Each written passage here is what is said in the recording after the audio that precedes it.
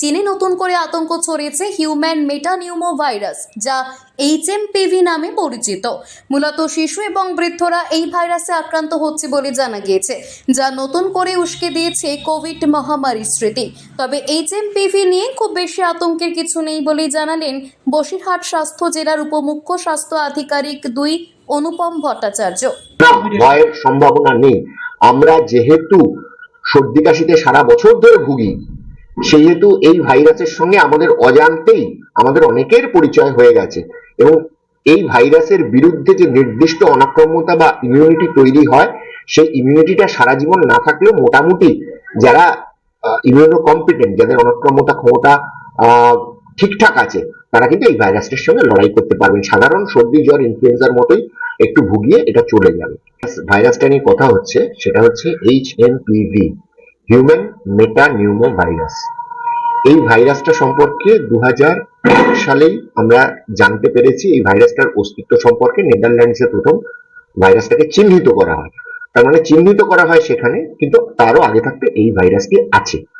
সত্যি কথা বলতে কি, গত বছরও আমাদের যেটা জাতীয় মানে সার্ভেইলেন্স প্রোগ্রাম IDSP আছে, তাতে এই ভাইরাসের আক্রান্ত মানুষের সন্ধান আমরা গত বছরেও পেয়েছি। ফলে ভাইরাসটা আমাদের কাছে নতুন কিছু নয়।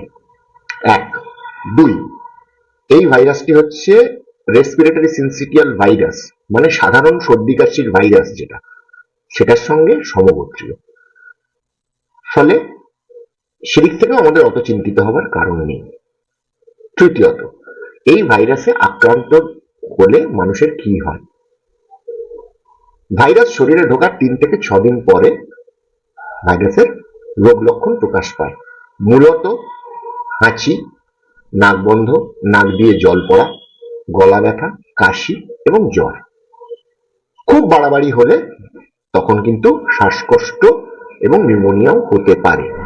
এই খুব বাড়াবাড়িটা হয় সাধারণত খুব ছোট বাচ্চাদের, যাদের বয়স 1 বছরেরও কম বা 60 বছরের বেশি, বয়স্ক মানুষ, অন্যান্য শ্বসনতন্ত্রের রোগ রয়েছে, ক্রনিক রোগ যেমন COPD বা ইত্যাদি, এই সমস্ত রয়েছে, এবং যাদের অনাক্রম্যতার ক্ষমতা, সেই ক্ষমতাটা কম, অর্থাৎ ইমিউনো কম্প্রোমাইজড, যেমন কিনা আনকন্ট্রোলড ডায়াবেটিস রয়েছে, হাই সুগার রয়েছে, বা অন্য কোনো কারণে ক্যান্সারের রোগী, ক্যান্সারের ওষুধ খান, বা রিউমাটয়েড আর্থ্রাইটিস জাতীয় অসুখের জন্য দীর্ঘদিন এই অনাক্রম্যতাকে দাবিয়ে রাখার জন্য যে সমস্ত ওষুধ থাকে, যেমন স্টেরয়েড বা আরো অন্যান্য ওষুধ আছে, সেগুলো যারা দীর্ঘদিন ধরে খাচ্ছেন, তাদের ক্ষেত্রে আমার এই নিউমোনিয়া চলে যেতে পারে এই HMPV ইনফেকশনটা।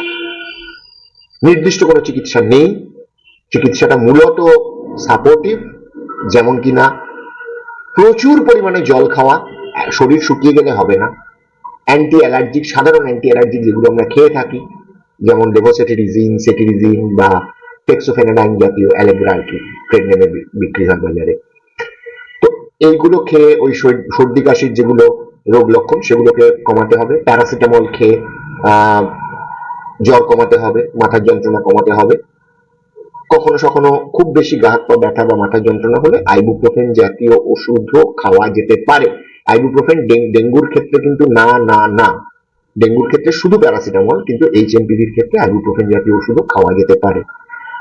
তো মূলত এইগুলো, আর সেরকম যদি বাড়াবাড়ি হয় তাহলে হাসপাতালে ভর্তি করতে হবে, অক্সিজেন দিতে হবে, কাউকে CCUতে বা PICU, পেডিয়াট্রিক ICUতে রাখতে হয়, কিন্তু সেই সংখ্যাটা খুবই কম এখন। এবার হচ্ছে এর থেকে বাঁচার উপায়। যার হয়নি তিনি কি করবেন? তিনি প্রতিদিন রসালো ফল, যেমন কিনা কমলা লেবু, মুসুম্বি বা ধরুন পাতি লেবু, এই ধরনের রসালো ফল, ভিটামিন C, ভিটামিন E যেগুলো আছে, সেগুলো খাবেন। শাকসবজি খাবেন, যথেষ্ট পরিমাণে প্রোটিন খাদ্য খাবেন, মানে ডিম, সয়াবিন এই জাতীয়, বা যেখানে মাছ মাংস কিনতে পারছেন সেগুলো ঠিকঠাক খাবেন। ফলে ভিটামিন, মিনারেলস এবং প্রোটিনের খাদ্যে যদি যথোপযুক্ত পরিমাণে থাকে, তাহলে ইমিউনিটিটা ভালো থাকবে। তাহলে এটা করে আমি অনাক্রম্যতাটাকে বাড়ালাম। এবার হচ্ছে ভাইরাস আমার শরীরে যখন ঢুকে গেছে, রোগ লক্ষণ প্রকাশ পেয়েছে, তখন কি করতে হবে? ঠিক কোভিডের মতো আমাদের অভ্যেস হয়েছিল, অভ্যেসটি ছেড়ে দিয়েছি, আবার সেই অভ্যেসটি করতে হবে। সেটি হচ্ছে রেসপিরেটরি এটিকেট। তাহলে মাস্ক ব্যবহার করতে হবে। বিশেষত ভিড়ের জায়গায় ভিড় এড়িয়ে চলা ভালো। সামাজিক দূরত্ব বজায় রাখতে হবে বা ব্যক্তিগত দূরত্ব বজায় রাখতে হবে, সেই 1 মিটারের দূরত্ব। বদ্ধ ঘরে এসি চললে একটু সাবধানে থাকতে হবে, বদ্ধ ঘরটাকে এড়িয়ে চলাই ভালো। বাড়ির মধ্যে যে ঘরে রোগী থাকবেন সেই ঘরে যেন হাওয়া চলাচল, ক্রস ভেন্টিলেশন যেটাকে বলে, সেটা যেন ঠিকঠাক থাকে।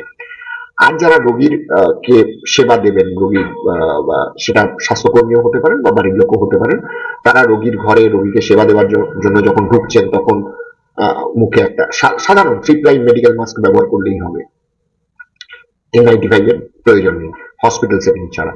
তো সেটা করবেন। রোগীকে কেয়ার দিয়ে বেরিয়ে আসার পর অবশ্যই হাত সাবান দিয়ে ভালো করে ধোবেন, অন্তত 20 সেকেন্ড, অথবা স্যানিটাইজার, অ্যালকোহল বেস স্যানিটাইজার সেটা সঙ্গে রাখবেন সবসময়। স্যানিটাইজার দিয়ে হাত পরিষ্কার করতে হবে। যে এই অভ্যেসগুলো অনেকেই কোভিড এর সময় একেবারে আত্মীকৃত করে ফেলেছিলেন, তারপর এগুলো চলে যায়।